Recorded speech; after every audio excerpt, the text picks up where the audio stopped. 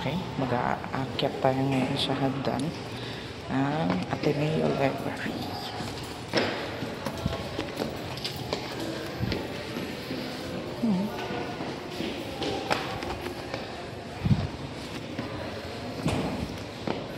Yan.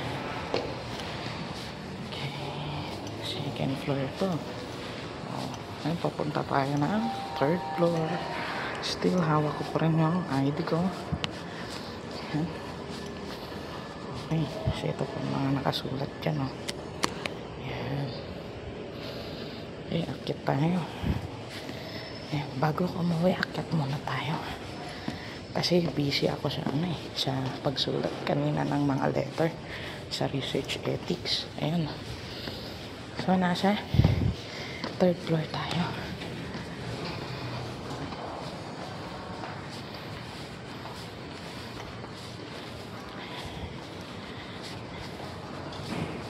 Okay. Yan po. Yan po, third floor tayo. Third floor. Ito yung panghagdan. So, ilang floor ba to? 5th floor to. Hindi ako nag-elevator. Kita nyo naman, oh. Diba? Dami. Hagdan. Ayan. Okay. Sa 3rd, 4th floor, K to Z.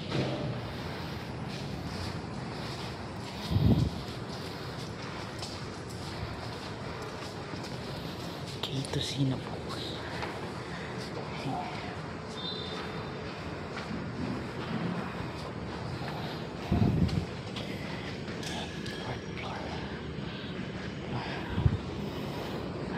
Ito. 5th floor. May 6th floor pa. May 6th floor pa. 5th floor lang. Yan. O, diba?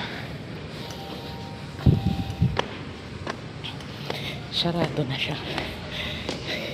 Hindi ko alam kung bakit. Bakit sarado siya. Ayan, hapon na dito. Oh. Hapon na. Okay. May elevator doon.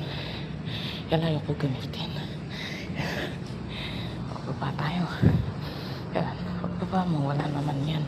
Puro hagdan lang. Diba?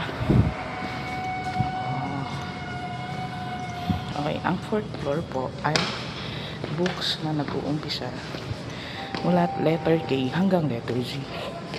So, ganito po dito siya, Ateneo Library. Ang hatian ng libro, alphabetical. So, kada floor, may designated na alphabet. Kung ano lang makikita mo. Kaya kung nag-uumpisa sa letter Z yung ano mo, ayun o, K to Z. K to Z. Ayan po, K to Z. O, diba? Actually, walang pasok ngayon sa Valenzuela. Kaya nasa Ateneo po ako. Ayan, baba na tayo. Okay. Ito, 3rd floor. Ayan, 3rd floor. Sige, pasok tayo. Ayan. Maraming libro rito.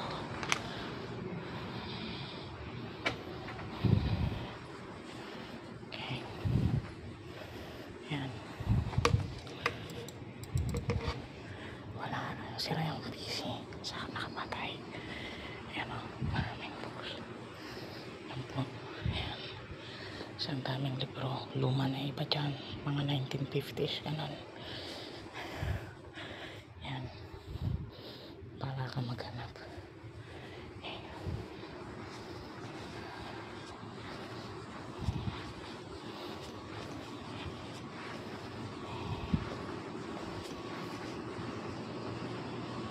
Success.